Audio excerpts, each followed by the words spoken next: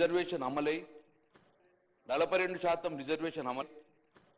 42% reservation అమలై మా యొక్క వెనుకబడిన కుల జాతులందరికీ కూడా రాజకీయంగా, ఉద్యోగపరంగా, విద్యాపరంగా 42% రిజర్వేషన్ వస్తే ఎక్కువ సంతోషపడిలో మొదటి వరుసలో వ్యక్తిని గంగుల కమలాకర్ సార్. మా పార్టీ పక్షాన కూడా మేమందరం కూడా ఈ బిల్లు పాస్ కాయి తర్వాత ఎలాంటి న్యాయమైన చిక్కులు లేకుండా మాకు రాబోయే కాలంలో 42% రిజర్వేషన్ తోటి అటు మున్సిపాలిటీ కానీ ఇటు పంచాయతీరాల్లో కానీ మేమెంతో మాకు అంత వాటాగా రిజర్వేషన్ వస్తే మా ఎలక్షన్లలో నిజంగా ఇది అయితే గిట్ట చాలా సంతోషపడే వ్యక్తం చేస్తాం అధ్యక్ష. ఎల్పీ మినిస్టర్ గారు కూడా ఒక మాట అన్నారు, మీరు సూచన సలహాలు ఇవ్వండి, గతంలో మీరు ఇచ్చారు, ఈసారి కూడా ఇవ్వండి అన్నారు. గౌరవ ముఖ్యమంత్రి గారు ఇక్కడ ఉన్నారు. ఆ రోజు కూడా మీరు మార్చిలో బిల్ పెట్టినప్పుడు బిల్ 3, బిల్ 4 పెట్టినప్పుడు సంపూర్ణంగా స్వాగతించినాం. సంపూర్ణంగా దాన్ని ఏకపక్షంగా అందరు నిర్ణయం చేసుకొని ఈ బిల్లు పంపిన అధ్యక్ష. ఆ రోజు కూడా మమ్మల్ని సూచన అడిగారు, మేము కూడా సూచన క్లియర్ చెప్పినాం. ఏమని చెప్పినాం క్లియర్గా? గౌరవ ముఖ్యమంత్రి కూడా చెప్పారు, మీరు కూడా రండి, నేమ్ కూడా మెన్షన్ చేశారు, గంగుల కమలాకర్, శ్రీనివాసరావు మీరు కూడా రండి, అఖిలపక్షం తీసుకెళ్దాం, ఈ బిల్లు ఒత్తిడి తీసుకెళ్తాం అంటే yes sir will come with you అని చెప్పాము అధ్యక్ష. ఆ రోజు మార్చిలో 3 బిల్లు 4 ఈ పంపినప్పుడు మేము ఒకటే చెప్పాము, ఈరోజు శాస్త్రీయ పరంగా చెయ్యండి, శాస్త్రీయ పరంగా చేస్తే సక్సెస్ అయిన రాష్ట్రము తమిళనాడు, అశాస్త్రీయంగా చేయడం వలన ఫెయిల్ అయిన రాష్ట్రాలు బీహార్ కానీ, మధ్యప్రదేశ్ కానీ, యూపీ కానీ అశాస్త్రీయంగా చేయడం వలన కోర్టుతో మొట్టికాయలు వేయడం వలన అది రివర్స్ తిరిగొచ్చింది అని మనం కూడా శాస్త్రీయంగా పోదాము, దయచేసి వెనుకబడిన కులాలను మోసం చేయొద్దు అని చెప్పేసి శాస్త్రీయంగా చేయాలని చెప్పి ఆ రోజుగా ఇదే సభలో మీద చెప్పడం జరిగింది అధ్యక్ష. కానీ ఏ రోజు కూడా మా సూచన పరిణామం తీసుకోలేదు, మీరు మమ్మల్ని తీసుకెళ్లలేదు, పరిణామం తీసుకోలేదు, మమ్మల్ని పట్టించుకోలేదు. కాబట్టి ఇప్పుడు మీరు స్వాగతించరా, మీరు పరిణామం తీసుకుంటే ఇలాంటి చిక్కులు రాకపోవు అధ్యక్ష. 42% రిజర్వేషన్ ఇప్పుడు ఇస్తున్నామన్నారు అధ్యక్ష. బిల్లు తీసుకొస్తాం, బిల్లు తర్వాత జీవో తీసుకొస్తామని చెప్పారు. నేను గౌరవ ముఖ్యమంత్రి సూటిగా అడుగుతున్నాను, ఈ రాష్ట్రం యొక్క అసెంబ్లీ తీర్మానం చేసిన తర్వాత బిల్లు పాస్ అయినాక జీవో ఇవ్వాలంటే మరి ఈ 22 నెలలు ఏం చేసిండ్రు? మరి అప్పుడే మీ ప్రభుత్వం ఏర్పడిన తర్వాత 6 నెలలు ఇస్తామని చెప్పి కామన్ డిక్లేర్ ఇచ్చింది కదా, అదే రోజు మీరు జీవో వచ్చి ఎన్నికలకు పోవస్తుండే కదా, మరి ఎందుకు జీవో వేయకుండా సుమారు 6 కమిటీలు వేసిన అధ్యక్ష? నేను ఒకటి వరుసగా మీరు చెప్తున్నా అధ్యక్ష, మీరు నిజంగానే ఈ రోజు కార్యక్రమం చేసే విధంగా అప్పుడే చేస్తే గిట్ట మీరు ఈ జీవో నెంబర్ 26 తీసుకొచ్చిండ్రు. జీవో నెంబర్ 26 మార్చి 2024 తీసుకొచ్చారు. బ్యాక్వర్డ్ క్లాస్ డిపార్ట్మెంట్ నుంచి జీవో ఇష్యూ చేసిన అధ్యక్ష. ఆ జీవోలో క్లియర్గా రిజల్యూషన్ పాస్ చేసినాం, కులగన్న సర్వే చేస్తామని చెప్పేసి చేయడం అధ్యక్ష. ఈ జీవో నెంబరు బీసీ కమిషన్ ద్వారా వచ్చింది 26. దాని తర్వాత బీసీ కమిషన్ మాయమైంది, లేదు బీసీ కమిషన్. జీవో నెంబర్ 18 తీసుకొచ్చిండ్రు, ప్లానింగ్ డిపార్ట్మెంట్ ద్వారా ప్లానింగ్ డిపార్ట్మెంట్ ద్వారా సర్వే చేస్తామని చెప్పింది అధ్యక్ష. ఆ రోజు ఉత్తమ్ కుమార్ రెడ్డి గారి అధ్యక్షన కమిటీ చేశారు, బీసీ కమిషన్ మాయమైంది అధ్యక్ష 10 నెలల తర్వాత. నేను ఇవన్నీ ఎందుకు కోటి చెప్తున్నా అంటే సేమ్ ఇదే బీహార్లో జరిగింది కాబట్టి చెప్తున్నా అధ్యక్ష. మేము దయచేసి మేము రాజకీయంగా మాట్లాడుతున్నాం, మా సూచన పరిణామం తీసుకుంటే ఈ బిల్లు పాస్ అయ్యి రాజ్యాంగ పరంగా మన చిక్కులు లేకుండా వ్యాపార చిక్కులు కావాలని కోరుకున్న వ్యక్తిని మేము.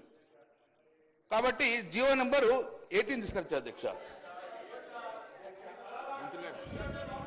సభ నేను గౌరవ సభ్యుని కన్సర్న్ కు ధన్యవాదాలు. బలైన వర్గాలకు సంబంధించి వారి పార్టీకి సంబంధించిన కన్సర్న్ ధన్యవాదాలు. కానీ బీసీ కమిషన్ వేసినటువంటి ఆ బీసీ కమిషన్ మాయమైందనో లేదా జీవో నెంబర్ 18 అనే ఒక్క నిమిషం ఆగండి సార్, ఒక్క నిమిషం అది కోర్టులో గౌరవ సభ్యులు వేసిన కేసు ప్రకారంగా ప్రభుత్వం డెడికేషన్ కమిషన్ మేము బీసీ కమిషన్ వేస్తూ వారికి డెడికేషన్ అథారిటీ ఇచ్చినప్పటికీ స్పెసిఫిక్ గా కొంత వ్యక్తులు కొంతమంది వాళ్ళ ప్రేరేపితం ఉందా లేదా నేను ఇప్పుడు అవన్నీ మాట్లాడదలుచుకోలేదు, కానీ వారి సహకారం అడుగుతా ఉన్నాం. ఇప్పుడు ఇలా ఇంత పెద్ద కార్యక్రమం జరుగుతున్నప్పుడు అపశకునంగా మాట్లాడకుండా సహకరించేటువంటి ప్రయత్నం జరగాలి అధ్యక్ష. ఇంత పెద్ద కార్యక్రమం మొత్తం యావత్ తెలంగాణ ప్రజలు చూస్తా ఉన్నారు అధ్యక్ష. 10 సంవత్సరాల్లో ఏం జరిగింది, 2018 చట్టం ఎవరు విమర్శించాల్సుకోలే. ఒకటే మరి జీవో 18 కోర్టు ఆదేశాల మేరకు 24 గంటల్లో డెడికేషన్ కమిటీ చేసినటువంటి చిత్తశుద్ధితో ఉన్నాం అనే మాట దయచేసి గౌరవ సభ్యునికి సమాజానికి చెప్తారు. తప్పుడు వార్త పోవద్దనేటువంటి ఆలోచన చెప్తున్నారు తప్ప బీసీ కమిషన్ మాయమైపోయింది, బీసీ కమిషన్ లేదు, జీవో 18 నెంబర్ తెచ్చారు అనేటువంటి రాంగ్ మంత్రిగా పనిచేసినారు బలహీన వర్గాల శాఖ. వారికి విజ్ఞతగా వదిలేస్తాను. గౌరవ ముఖ్యమంత్రి సభలో ఉన్న అధ్యక్ష, నేను తప్పు చేస్తే మీరు సరి చేయండి. మంత్రి గారికి వాస్తవం తెలివై, ఎందుకంటే చెప్పేది వాస్తవం చెప్పాలి, నేను చెప్పాలి. సార్ ఆనరబుల్ మెంబర్ గౌరవనీయులు మాజీ మంత్రి గారు గౌరవ శాసనసభ్యులు కమలాకర్ గారు వారు చేసే రిమార్క్స్ సరైనది కాదు అధ్యక్ష. You have to take back అధ్యక్ష. పూర్తి స్థాయిలో అవగాహనతోనే వారు ఈరోజు ప్రత్యేకించి జిఓఎంఎస్ 26 కానీ 18కి సంబంధించిన అంశం విషయంలో వివరణ ఇవ్వటం జరిగింది అధ్యక్ష. ఎందుకంటే it has to go to public. వారు చెప్పే ఒక అంశం పబ్లిక్ పోయి మేము ఈరోజు నేను కాదు సార్, మేము మిమ్మల్ని ఏం కాదంటలేను. ఇఫ్ యూఆర్ అగేన్స్ట్ ఓబీసీసీ రావద్దు అనుకుంటే మీరు చెప్పండి, రావద్దు అంటే ఊరుకుంటాము. మీకు వద్దు, మీ పార్టీకి వద్దు, ఓబీసీ రిజర్వేషన్ వద్దు అనుకోండి, ఈ విధంగా అవరోధం కలిగిస్తామంటే చెప్పండి సార్. వారి ఒపీనియన్ కూడా ఈ రోజు వారు ఆ విధంగా మాట్లాడటం సరికాదు. నేను దయచేసి please take back your remarks sir.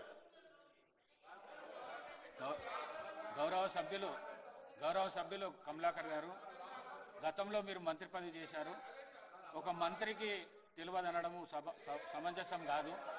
ఆ మాటను మీరు వాపసు తీసుకోండి. సార్ అధ్యక్ష, ఆకారంలో పెద్ద ఉంటే అవగాహన ఎక్కువ ఉంటుంది అనుకుంటే నాకు తెలియదు అధ్యక్ష. అవగాహన లేదు అంటే ఆయన కంటే ఎక్కువ చదువుకున్నా, రాజకీయాల విద్యార్థి దశ నుంచి ఉన్నా, నాకు ఎక్కువ తెలియదు అని అంటే వాళ్ళ పార్టీ వాళ్ళ నాయకులు మాట్లాడతారు. కానీ నేనేమంటున్నా, ఆకారంలో పెద్ద ఉంటే అవగాహన ఎక్కువ ఉంటుంది అనుకుంటే దయచేసి అర్థం చేసుకొని ఆ మాటలు వాపసు తీసుకోవాలి. ఇది పొరపాటు. దయచేసి ఈ విధంగా మాట్లాడితే పొరపాటు అనే మాట మాట్లాడతా ఉన్నా. సార్ ఒకటి స్పీకర్ సార్ నేను బాడీ షేమింగ్ గురించి మాట్లాడితే కూడా చాలా కాంట్రవర్సీ అవుతుంది సార్. గౌరవ ముఖ్యమంత్రి హాల్లో ఉన్నారు అధ్యక్ష. నేను తప్పు మాట్లాడలేదు, క్లియర్ చెప్తున్నా. అతనికి అవగాహన ఎందుకు లేని మళ్ళీ చెప్తున్నా అధ్యక్ష. నేను మళ్ళీ చెప్తున్నా సార్ దిస్ ఈజ్ అబ్సల్యూట్లీ ఎందుకు అనవసరంగా ఎందుకు సార్ అది సార్. దయచేసి నేను మరొకసారి గౌరవ సభ్యులను కోరుతా ఉన్నాం. ఇది చాలా ఇంపార్టెంట్ బిల్ అధ్యక్ష. ఈ ఇంపార్టెంట్ బిల్లు చిన్న చిన్న అంశాలను మరి మీరు ప్రస్తావన చేయడం, అరే ఒక మంత్రిని పట్టుకొని అవగాహన లేయడం అనేది సరేనా? మీరు ఒప్పుకుంటారా? మీరు ఒక బలహీన వర్గాలకు సంబంధించి ఈ రోజు పరంగా జీవోలు తీసుకొచ్చిన వ్యక్తిపై ఆ విధంగా మాట్లాడటం సరికాదు అధ్యక్ష. It is not in the spirit of right discussion అధ్యక్ష. ఈ రోజు బలహీన వర్గాలకు సంబంధించిన చర్చ జరుగుతా ఉన్న సందర్భాన్ని దృష్టిలో పెట్టుకొని మాట్లాడమని చెప్తా ఉన్నాం అధ్యక్ష. ఈ రోజు నేను కూడా మరొకసారి చెప్తా ఉన్నాను, గంగుల కమలాకర్ గారికి మీరు విత్డ్రా చేసుకోవాల్సింది. ఈ రోజు రెండోసారి కూడా వారు ఆ విధమైన ప్రస్తావన తీసుకురావడం సరికాదు. సభా సాంప్రదాయాలకు కూడా చాలా విరుద్ధంగా ఉన్నాయి. నేను దయచేసి గౌరవ శాసనసభ్యులకు, ఎందుకంటే మంత్రిగా కూడా వారు చేసింది, బలహీన వర్గాలకు సంబంధించిన బాధ ఇబ్బంది వారికి కూడా ఇంకెక్కువ తెలిసి ఉంటుంది. సో తెలుసున్న సందర్భాన్ని పురస్కరించుకొని సహచరులందరూ కూడా ఈ విధమైన ప్రస్తావన తీసుకురాకుండా మనం ఒక మంచి కార్యక్రమానికి, ఒక మంచి బిల్లుకి, ఒక విప్లవాత్మకమైన బిల్లుకి, మొత్తం చరిత్రలో నిలిచిపోయే ఒక బిల్లుకు సంబంధించి మనం అందరం కూడా, మేమే కాదు మీరందరూ కూడా పాత్రధారులు అవుతా ఉన్నారు. ఆ పాత్రధారులకు సంబంధించి ఆ పాత్రను ఏ విధంగా నిర్వహిస్తామో ఆలోచన చేసి ఒక ప్రోగ్రెసివ్గా, ఒక ప్రాస్పెక్టివ్గా లెజిస్లేషన్ తీసుకురావడానికి మీ సలహా సూచనలు ఉపయోగ విధంగా ఉండాలని మరొకసారి వారిని మరి ఈ విధమైన ప్రస్తావనలు తీసుకురాకుండా ఉండాలని కోరుతా ఉన్నాను అధ్యక్ష.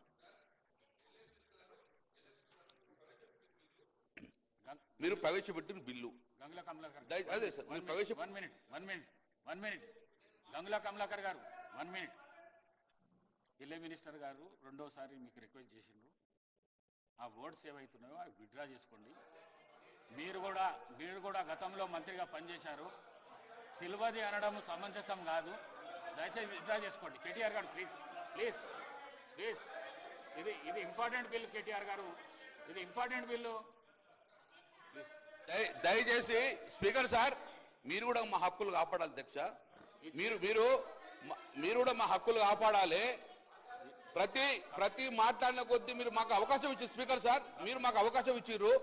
అవకాశం ఇచ్చిన మాట్లాడినప్పుడు ఇంటరప్ట్ చేయకుండా మీరు చూసుకున్న బాధ్యత మీది అధ్యక్ష. నేను నిజంగానే గౌరవ సభ్యులు కమలాకర్ గారు హక్కు చేరుకున్నది. కానీ మీరు ఏదైతే చేస్తున్నారో మీరు అనిపించుకోనికే చేస్తున్నారో అవి చేయకండి. ఇంపార్టెంట్ బిల్ ఉన్నది, బిల్ మీదనే మాట్లాడండి మీరు దయచేసి ప్లీజ్. మీరు కూడా గౌరవ అధ్యక్ష గారు అధ్యక్ష పర్సనల్ గా మాట్లాడొద్దని మీరు కూడా మంత్రులు చెప్పండి. పర్సనల్ గా మాట్లాడితే ఇది అవకాశం ఇవ్వకండి గంగుల కమలాకర్ గారు, ఆ అవకాశం ఇవ్వకండి.